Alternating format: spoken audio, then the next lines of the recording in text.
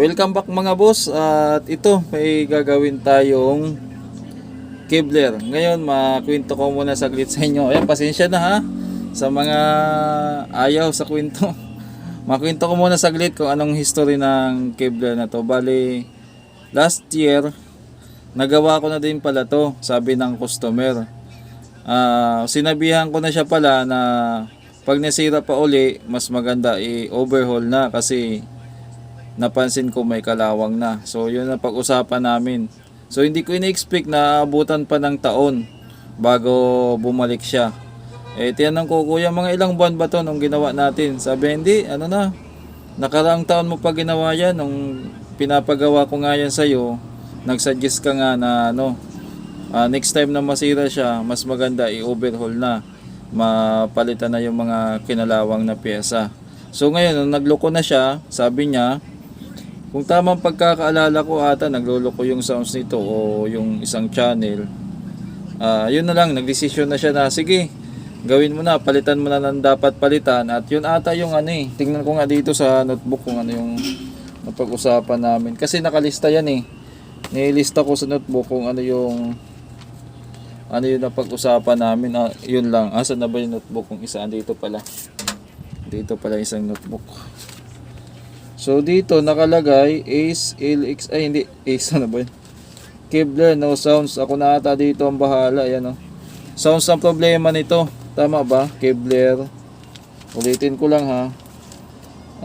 Kevlar GX7 no sounds. Ayan nakalagay sa taas. Ayan sa taas nakalista yan, no sounds. Ay hirap nito. Ayan So yung Ace LX20 tapos na. So yun ang problema niyan mga boss, sounds. Ako nang bahala. Okay, mahaba na naman. Umabot na naman tayo ng 2 minutes. So saglit lang. At buksan natin yan.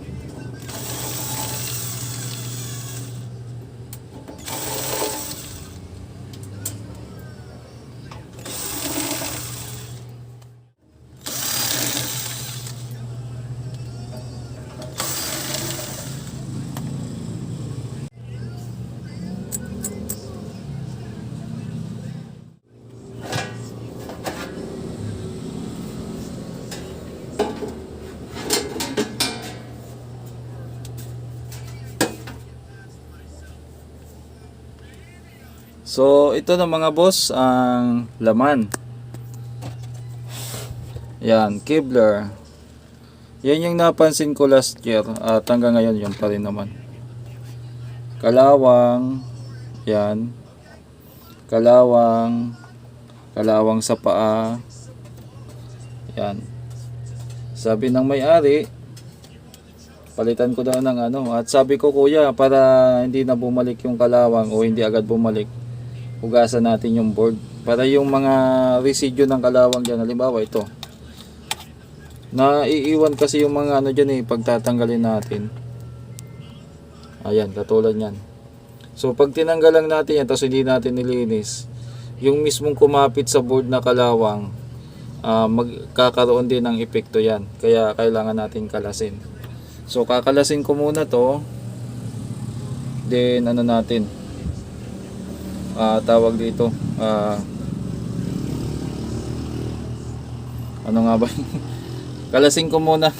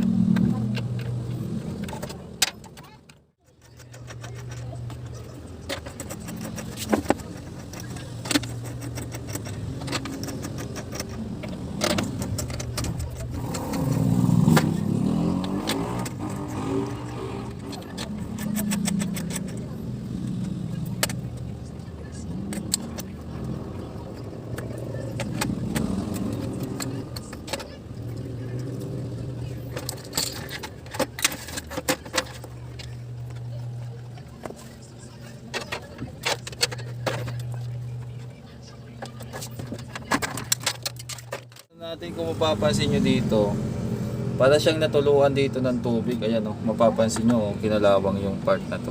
Ito yung pinaka part na yun, kinalawang. Pero so far, nung tiningnan ko itong ano, wala naman siyang signs of repair. Ayan, wala naman siyang signs of repair, talagang kinalawang lang siya.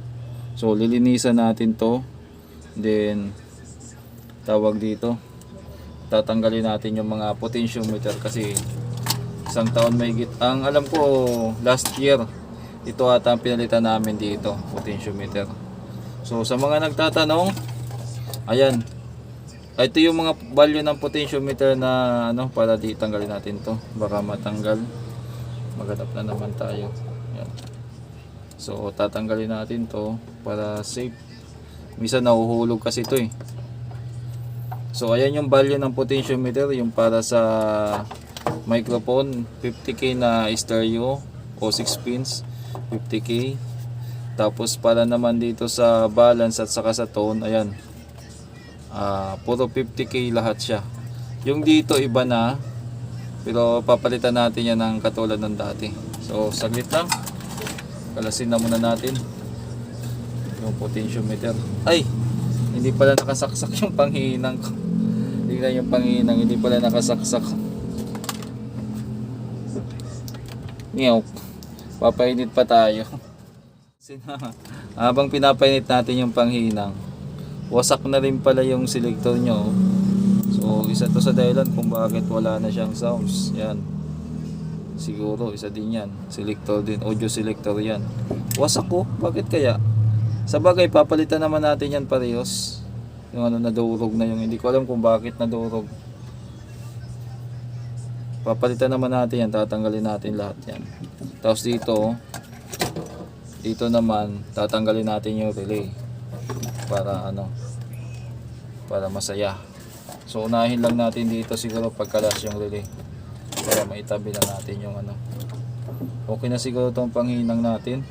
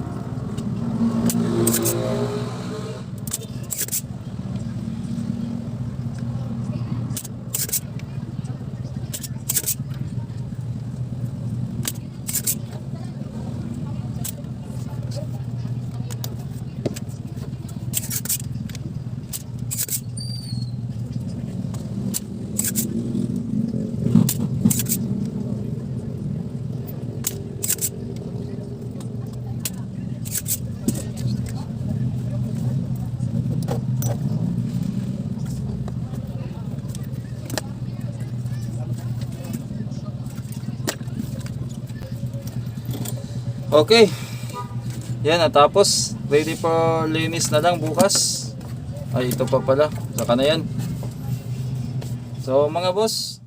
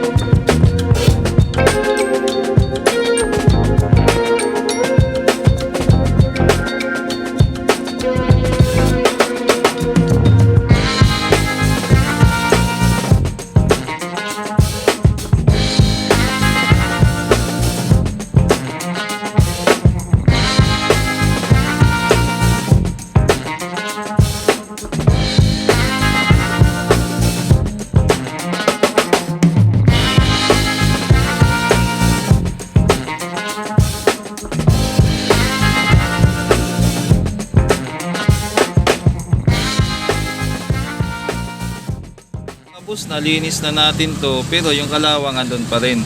Hindi pa tayo nagtatanggal ng mga kinalawang na pyesa. At napansin ko dito sa part na to, ito yung channel na to yung pinaka tinamaan talaga ng ano. Kasi pati mga transistor ay pinagkakalawang, pati yung paan ng resistor. Ayan. Yan, tatanggalin natin yan. Yan. Dito naman halos wala namang kinalawang dito. Talagang magpapalit tayo ng potentiometer. Ayan. Yan, dito halos kunti lang din. Yun. Yung ano lang, yung ano niya, no? yung bias transistor niya, yung para sa idle current niya. Yan. Papalitan natin kasi makalawang na rin. Malabo, no? Yan. Yun lang. Siguro gagawin ko dyan ay off-cam na. Tatanggalin natin isa-isa. Then magpapalit tayo ng ano, ng mga kinalawang. Okay mga boss, so bala ko kasi off-cam ko na lang tong ano para makabilo din ako pag repair. Yung mga tatanggalin nating jumper. Ayan. Ayan yung mga jumper. At saka yung mga resistor dyan. Ayan yung mga resistor dyan ng kinalawang. Ayan, tatanggalin natin yan. Ngayon magbibigay na lang tayo ng tips para ano. So pag ganito kasi na didiktan yung tatanggalin, mahirap po tanggalin yan at saka masisira lang yung PCB. So dalawang paraan, pwede kayong gumamit ng lead. Lagyan nyo ng lead siya ng ganon para mas madali siyang tanggalin. O kaya kung may insinso naman kayo o kaya paste, pwede naman. Parang ganon, ayan o. Lalagyan mo ng ano para ma-refresh ulit yung hinang nya. Yan. Tapos may ganito kayong pang dukot, pang tupi yan para ma-straight nyo yung paa. Ayan. Yan, i-zoom natin ng konti para kita nyo. Lapit pa natin. Yan, para ma-straight yung paa nya bago i-desolder. Yan, ganun din to. Para ano kasi mahirap kasi magtanggal ng direkta lang. Yan. Tapos sa kanyo ngayon gagamitan ng desoldering pump. Mapapansin nyo, tanggal na siya. Ganon din itong isa. Yan, di ba? Ganon din sa kabila. tanggal na siya. Itong isa din.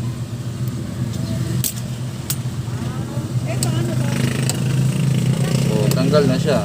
Tingnan natin kung ano yung natanggal na paa. So, ito yan. So,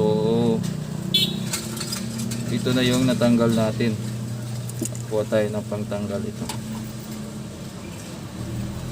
Ito na yun. Yan. Yan na yun. So, ang gagawin ko, kakalasin ko lahat dito. Hindi na natin yan kasi nakaka-boring naman kung pati yan papakita pa at makabilo na rin tayo. Take note lang mga boss sa mga ganitong amplifier. May mga naglulos na kasi to dito. Ayan o, mapapansin nyo yan. Papansin nyo yung na yan o. Los na yan mga boss, yung ganyan. Kailangan ihinang na yan. Sabay nyo na pag-ihinang yan. Ihinangin nyo na lang yan para linisan muna natin yung Kailangan kasi yung tip niyang yung maganda.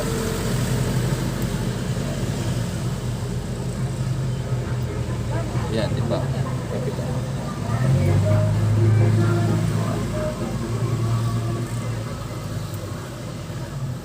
Basta pag magtatanggal kayo, pwede nyong mag-add lang kayo ng hinang para mabilis siyang matunaw. Para mabilis matunaw. Kasi pag matagal matunaw yung tingga, iinit yung PCB, masisira lang din talaga yung linya niya. Iniiwasan natin na matampered yung board. Kadalasan pag walang yun ang simula ng pagka-tampered ng board. Sa ngayon, lead na lang ang ginagamit ko para hindi gaanong madumi. Yan. Minsan pinagsasabay ko na yun, dalawa na Yun lang, tapos the rest ay ako nang bahala. Update ko na lang kayo pag nagawa ko na to.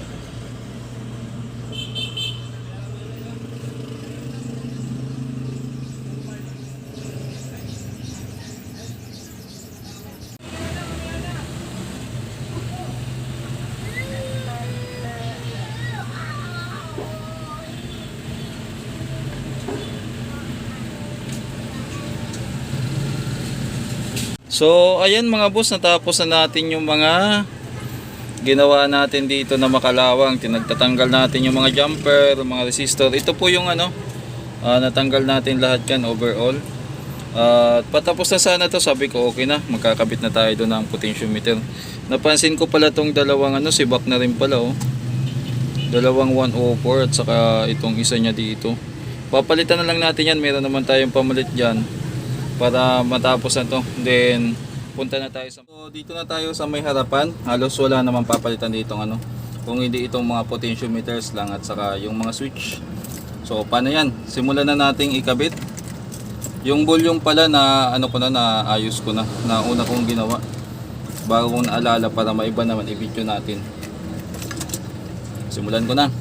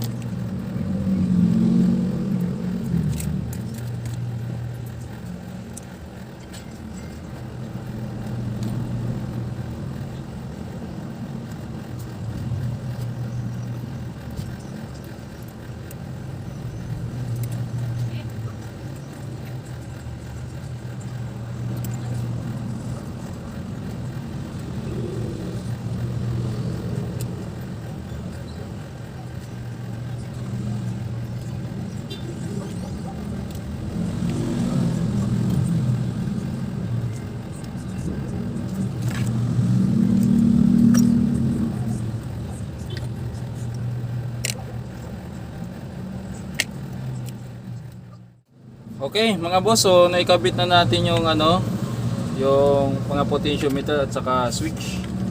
Dito naman sa switch, ililipat na lang natin itong bilog. Yan. Itong bilog niya, yan. Medyo maluwag na. Siguro lalagyan na lang natin ng ano yan. Asa na yung isa pa dito. Lalagyan na lang natin ng sapin. Itong isabel. Maluwag na rin. So, kailangan niya ng ano. Hanap na lang ako ng ano, kahit ganito.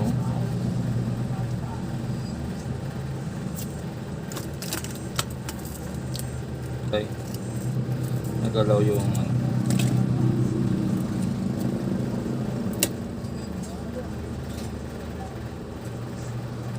Okay, yan.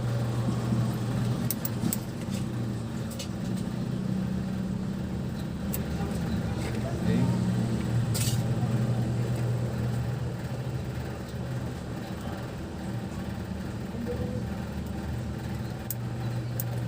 Di kaya, sobrang kapal. Hatiin natin.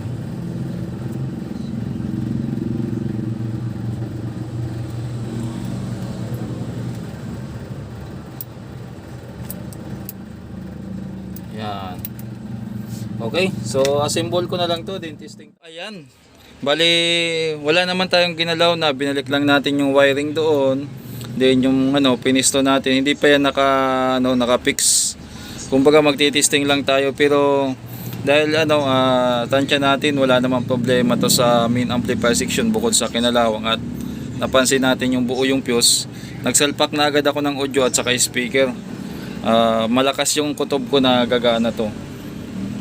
Kuna natin, nakadaan pa rin pala yan mga boss ng test valve, na sa baba lang. Ayan, tingnan natin yung relay. Ayun. So nakagitna lahat yan, pati yung mic mamaya na natin testing. Volume muna tayo. Okay na. Ay, may problema pa tong ano.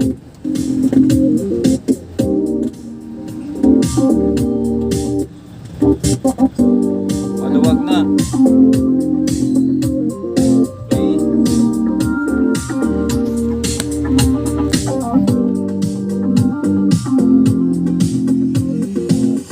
Lipat natin sa kabilang channel.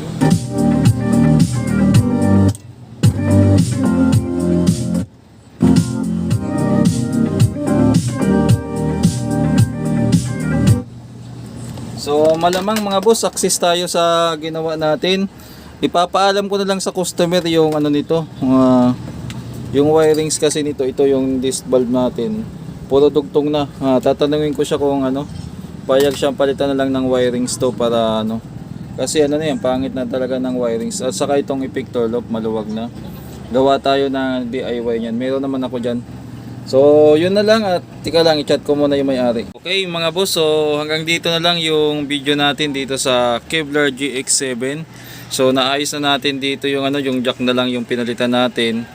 Then yung wire naman, hindi na pinapalitan ng may-ari, ayusin na lang daw. So naayos na natin, okay na to.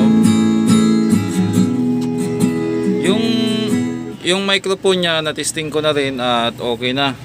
So mga boss, yun lang yung pinaka mai-share ko ngayon. Wala na masyadong importante, no. Pero sa mga nanood, kung may napulot pa rin kayo o nag-enjoy kayo sa video natin ngayon, maraming salamat. Pa-comment na lang po ng like, at kung pwede, pa-share na lang din po ng video natin. So maraming salamat. God bless po sa ating lahat.